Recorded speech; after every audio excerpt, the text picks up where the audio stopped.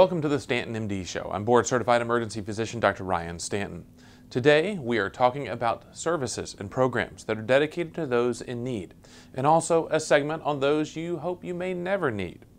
We will start off with Surgery on Sunday, a program of volunteer doctors, nurses, and support staff that provide free surgeries to those in need. The goal is to get people back to being functional members of society through surgeries they would not be able to get otherwise. Our second segment is another organization focusing on those that can fall through the cracks. The Refuge Clinic is a primary care program organized through Southland Christian Church that provides care for thousands every single year, people that work but have no or insufficient insurance. Then we feature a service we hope you will never need. U.S. aviation is one of the safest modes of transportation in the world, but the factors of location, size, security, and risks make this a unique environment for law enforcement, fire, and EMS.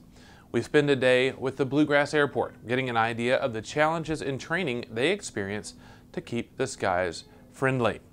Finally, we spend a little bit of time, a little treat for you today in celebration of the Super Bowl, with the Wilson Football Factory in Ohio. We start today with Surgery on Sundays, the volunteer organization that provides necessary surgeries to those that may not have the finances or insurance to make it possible. The surgeries take place on one Sunday each month for about $1,500 per case, valued at about $20,000 per case, but completely free for those getting the surgery. Surgery on Sunday is exactly as its name suggests. It's a full outpatient surgical service that takes place on one Sunday a month. During their time, they perform 15 or more surgeries in 4 hours in children and adults alike. The clinic is staffed just like any other surgery center, with nurses, doctors, techs, and clerical services. They're all there as volunteers, and the surgeries cost the patients nothing. For many, this service can mean the difference between losing everything and continuing towards that American dream. Dr. Andrew Moore is the founder of Surgery on Sunday and explains how a personal belief became a reality. I've always believed that we needed to give back to society, and there were people less fortunate in our society that needed help. So I sort of went into medicine with that idea. Dr. Paul Carney is a highly respected surgeon and the medical director for Surgery on Sunday. Well, the concept for Surgery on Sunday is a fairly straightforward one. There are lots of underinsured or uninsured members of our community. And no matter how big the reach is of government programs or local insurance programs, you're never going to be able to pay for a lot of people. There's people that just simply slip through the cracks for one reason or another. The key clientele for Surgery on Sunday is that growing population of underinsured or uninsured. Well, there's no question that patients are falling through the cracks. And when we started this, there was probably about 20% of the state that was uninsured. With Obamacare, that dropped down to about 8.5%. But unfortunately, a lot of people that were on Obamacare, as you well know, have huge deductibles. You know, maybe $6,000 for an individual and $14,000 for a family. Well, when you have those types of deductibles, you really don't have access to health care because you can't afford the premiums, much less those kinds of deductibles. The challenge for Dr. Moore wasn't the motivation or the idea, it was making that idea into reality in an industry that is highly regulated, with federal and state laws that seem to make the goal of helping people for free very challenging. Probably starting, 15, 17 years ago, I made a couple attempts at starting something like Surgery on Sunday. My idea was that most of the ORs are kind of closed down on Sunday, and that would be a good time to do it. But I really didn't have all the talent to really make it happen. And through the years, I eventually surrounded myself with the right people that could take care of my shortcomings and make it happen. Thankfully, Dr. Moore saw the project through, and now thousands have had surgeries through their services. Dr. Carney tells us how it is all put together on any given Sunday. You needed a surgery center where you could operate. You needed volunteers who had the expertise to do that. You had to have coordinating individuals that could screen and clear patients and take care of their other medical problems to make sure it was safe for us to operate on them. And then finally, you needed a group of specialists in the surgical fields who were willing to come in and operate on these patients. The question is why? What is the motivation for Dr. Moore and his staff to give up a Sunday morning to do what they do during the rest of the week, but for free? There's certainly been times and periods in my life where I needed somebody to help me do something that I wanted done, or needed help personally to accomplish things that I wanted to do in life, and people have helped me. And I feel like I need to do that as well. And the joy that you get out of doing something like this, helping somebody that otherwise wouldn't be helped, it's hard to duplicate that life with other things that you do. I mean, when you leave this place on Sunday, you feel great. If you look around here today, you see everybody's got smiles on their face. They're not at work. They're here doing something that they have a real passion for, and they love it. And as a result, dozens show up on Sundays to provide care for those in need. Everybody wants to be here, which is great. So today would be a sort of a typical day for us, and I don't know how many cases we have today, but it's around 15 or 16 cases, which is a sort of a typical Sunday for us. So how big is surgery on Sunday? Every surgery day, nearly 100 volunteers spend the morning providing anywhere from a handful to over 15 surgeries to patients of all ages. Over time, the numbers have added up. We've been running since '05 or '06, and we've done about over 6,000 outpatient surgical procedures in that 10-year span. And the cost to these patients? None. The patients do not pay a penny. So not only do we get their preoperative evaluation at no cost, any diagnostic studies they need are done at no cost. Most of these people are hard-working citizens. They're taxpayers. Some own small homes and cars and have families, and they just need that little bit of help to get back into the flow of things, and that's what we're here to do. To these patients, this service is the difference between potentially insurmountable medical bills and getting back to life or work as soon as possible. To them, it's about family and being a functional member of society. Most of these people are unable to work, so the family's struggling financially. Sometimes they're unable to take care of their children or other household needs. And again, we get them back into the family situation. Let's just take a simple outpatient surgical procedure. The cost of a simple outpatient surgical procedure, let's say a hernia repair, a gallbladder, or ear tubes for a young child or something along those lines. The average outpatient cost is right around $20,000. Think about that for just a second. $20,000 for somebody who might be making $25,000 or $30,000 a year, can't afford insurance, doesn't qualify for Medicaid. I mean, that's just an untenable financial burden. So we take a cost for a simple outpatient surgical procedure, which may be $15,000 to $20,000. We make it zero for the patient. The men and women of Surgery on Sundays are doing wonderful work for those in need, providing a service that otherwise would fall through the cracks. More StantonMD coming up. Stay with us.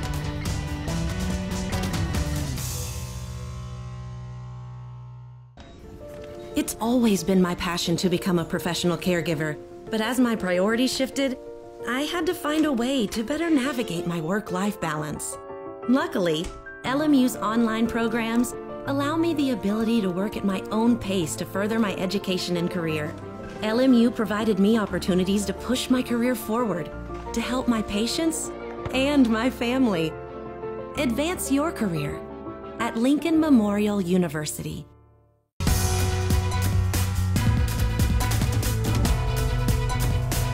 Welcome back. The Refuge Clinic is a clinic dedicated to those who typically fall through the cracks. The clinic, featured through Southland Christian Church, features physicians, nurses, and support staff that help to take care of the primary care needs of patients throughout the area. Initially, it was set up for those without insurance, but with the expansion of the Affordable Care Act, they thought potentially their jobs may be in jeopardy. But what we found is a growing gap in those with insurance or insufficient insurance with needs more than ever. I serve as the executive director, and I've been fortunate enough to be here from the very beginning. So about 9 years ago, there was a vision that we wanted to take the church outside the walls and respond to the needs in the community. And at that time, I was able to come on and help out kind of creating the clinics and seeing what the true need was in the healthcare arena at that time. And so that's kind of been my role ever since. Whereas there are options for those on both ends of the income spectrum, a growing need is those working-class, blue-collar Americans that may be making ends meet, but not to the point that they can keep up with the growing costs of the healthcare system.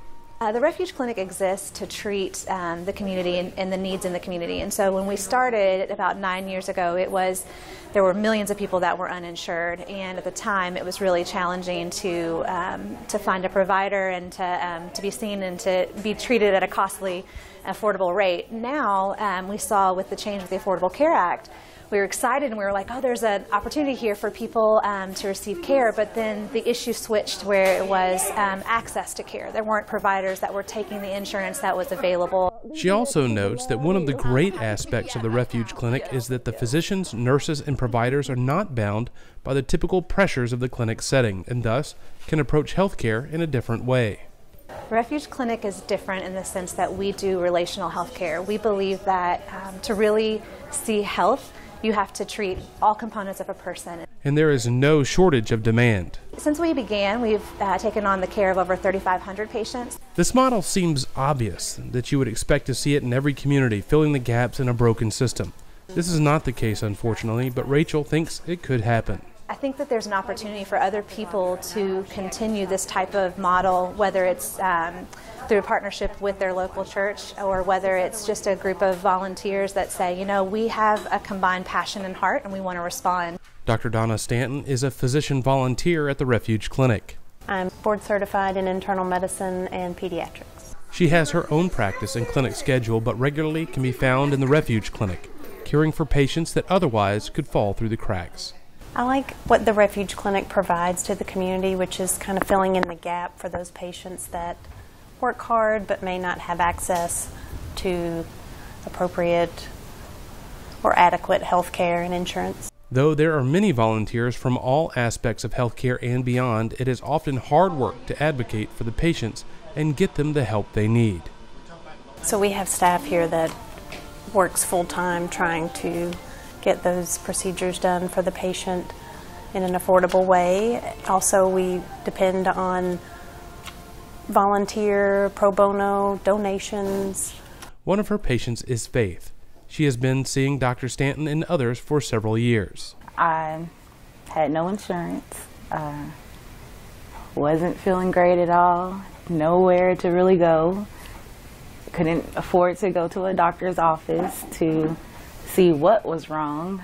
From her lowest of lows, Faith now understands what the Refuge Clinic has meant for her and her health. For just the opportunity to come in and meet with a doctor and tell them what was going on, I truly don't believe that I would be here today.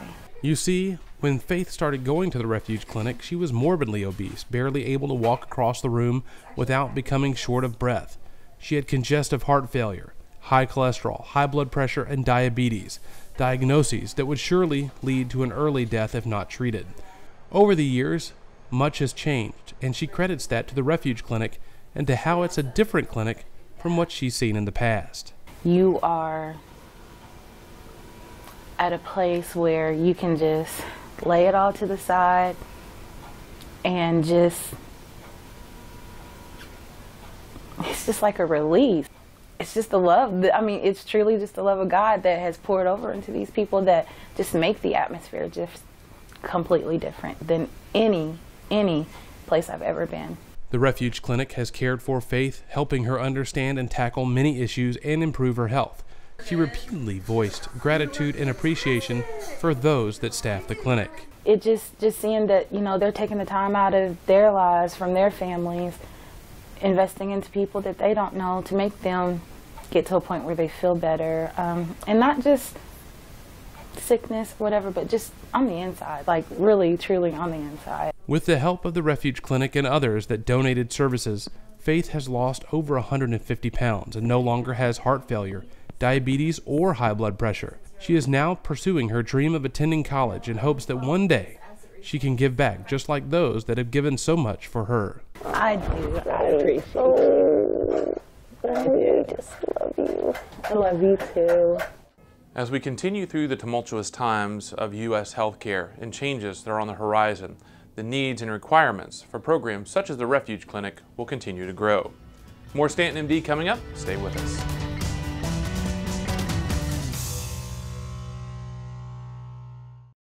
Do you own or work for a business that advances health and safety of the public or its employees? Then you may be interested in becoming a sponsor of StantonMD. There are various opportunities from the show to the website, social media, print, or a combination. For more information on becoming part of StantonMD, contact the show at info@stantonmd.com. That's info@stantonmd.com. Now back to the show.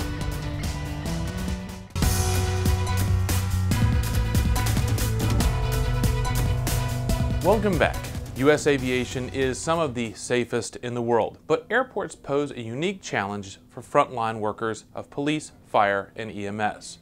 Providing care and protection in these environments can be very challenging in spaces that see thousands transported through every single day. We spent a day with the Bluegrass Airport with their fire, safety, and EMS services, learning about what they do to be ready for a service they hope you'll never need. The Lexington Bluegrass Fire and Public Safety Team have the unique challenge of maintaining a safe environment in a strongly satisfaction-driven industry. They must prepare for the everyday challenges as well as the potential for things that we hope will never happen. Robert Hutchins is a sergeant with Airport Public Safety and speaks on the training involved in his job.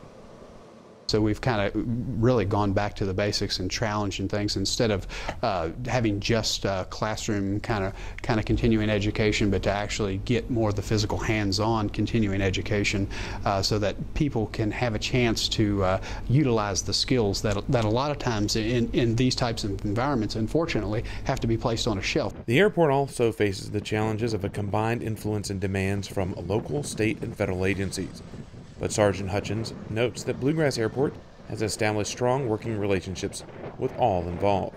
Having those checks and balances, certainly there's FAA guidelines and regulations that are in place, and then there's the TSA component as well. And so they're testing us, we're kind of testing them, looking for and assessing how well, if it's in regard to security in particular, how well the security is being met. Public safety at Bluegrass Airport includes medical, police, and fire duties. The fire side of the department is very interesting in that a significant incident is incredibly rare, but when they do happen, they can be catastrophic with dozens of lives at risk. Carl Faulkner is the training coordinator for the Lexington Bluegrass Airport, and he talks about some of the challenges in airport fire preparedness. Airport firefighting is a little bit different as we have a faster response time to the aircraft. We have to be at the aircraft within 3 minutes of the time we get the alarm. Plane crashes are, like you said, they are very rare, and they are very different because you're dealing with a mass casualty incident, whether it be 4 people on board or 180 people on board. As you can imagine, there are several obstacles that firefighting and safety must overcome when it comes to aviation. 2 of these challenges are getting water to a scene where there are no fire hydrants, and the airplanes may be carrying thousands of gallons of highly flammable fuel. The FAA requires the airports to have so much water available and foam available to take care of the largest aircraft landing, which is 126 feet for our aircraft, our airport. So 126 feet is going to be the MD-80 or aircraft that size, regional jet, and that size of airplane. There's not a road or a fire hydrant either. That's why we have to carry a large amount of water with us. We carry 3,000 gallons of water with us on 2 trucks, 1,500 gallons of water on the other truck, plus they all have foam on them. With these challenges, time is definitely of the essence. In order to get thousands of pounds of fuel, passengers, and baggage in the air, airplanes must be built of lightweight yet strong materials. Unlike many homes and buildings that can resist fire for an extended amount of time, airplane fuselage provides only a few minutes of protection from flames. That's why the firefighters must respond quickly, and their tools are designed for a quick attack. There's 3 minutes is what their estimated time for a burn through the skin of the aircraft is 3 minutes. And it's up to the aircraft crew to get the people off the aircraft. These trucks are designed for one-man operation, so when we are fighting fire, we're doing it from inside the truck right here. Thankfully, significant incidents in aviation are incredibly rare. In fact, it is consistently the safest mode of travel. So how do you stay prepared and train for something that you hope will never happen? We work a 24, 48-hour shift. During that 24 hours, we do training 2 hours a day. We have subjects that the FAA requires us to cover, airport familiarization, aircraft familiarization, putting out fires with these trucks. Going inside the airplane is quite creepy. It's dark and the thought of it being filled with flames quickly sets in. So what you're going to notice here is that the shot's going to be pretty low. That's because the heat's going to roll up over the top. And then so we're actually going to have to end up being on the floor to get this shot because the heat's going to be so high coming across the ceiling. You'll see what I mean. They put me through a couple of scenarios with fire in the cabin and then also fire in the cockpit. We sit there quietly when the area bursts into flames. We had to stay close to the floor because the buildup of heat is almost instantaneous with the cooler air down low. They then demonstrated how they would attack the fire. I can imagine that a similar situation in a real aircraft would be a scene of chaos. Carl and his team will often simulate this by filling the plane with dummies, luggage, and obstacles. One of the firefighters told me that their full annual course is incredibly intense and some of the hardest challenges he has faced. As you can see, it gets really hot really fast. In fact, I think the temperature jumped up probably 50, 60 degrees while I was in there. It got so hot and humid that the camera started fogging up. It gets pretty uncomfortable really fast. So mad props to these dudes for what they're doing, getting in there and willing to fight these things.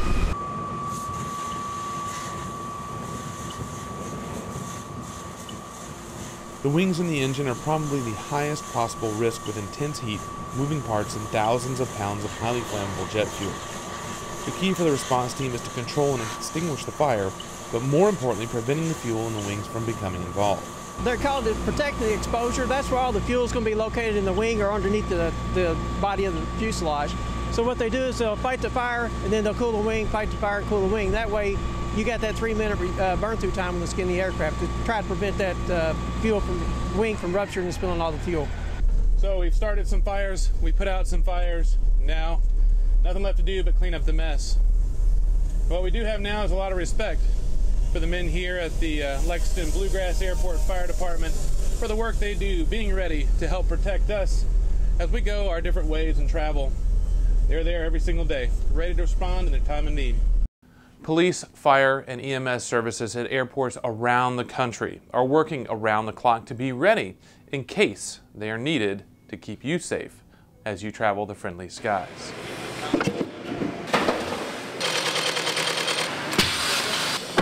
Super Bowl is coming up, and we want to take a little bit of time for a little special treat, a feature of something that's probably not often featured, and that's the ball for the big game. When you think about NFL in Ohio, you don't often think about Super Bowls, more often first-round draft picks. But here in Ada, Ohio, we have the home of Wilson footballs, the balls that will be featured in the Super Bowl coming this Sunday. We spent a great, wonderful Midwestern winter afternoon at the factory seeing the balls that'll make the big show. All right, we're in the midst of the Wilson football factory. It smells like awesome and it sounds like hard work. And right behind me here is this, we're stamping out the leather. It's not pigskin, that's a misnomer. This is actually high quality cow leather. And this right here is high quality Michelle, who's been here for 41 years. So Michelle, tell me about the job here stamping out balls. I really like to do it because I like to see what it all turns out as, and I like doing it. So you're telling me that Wilson's going to make 10 to 20,000 Super Bowl balls. You've got 2 weeks to do it. It seems like a monumental task. How does it happen that you go from 0 to 20,000 in 2 weeks? Okay, so we get the balls prepared ahead of time with all the information we know. We know what the logo is. We know where the game's at and the date. So we get the balls. All we got to do is bladder, lace them after we stamp the team names on each side of here. So we're going to put New England here, Philadelphia here. All right, so sitting right here in front of me is Katie. Katie makes every single ball for the Super Bowl. Katie, tell me what it's like to know that every single ball that we're going to see on Sunday is a ball that you have taken care of. It's crazy. I mean, I never watched a football game until I worked here. My husband likes to brag about my job because he thinks it's really awesome. I usually don't think about it, but when I watch that game and just knowing that I made those balls, it's incredible.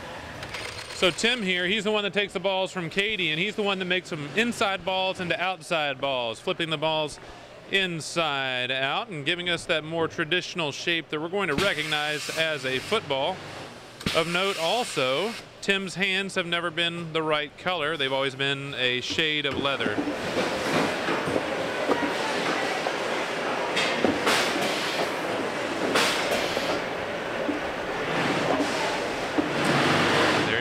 is getting very close to being a football.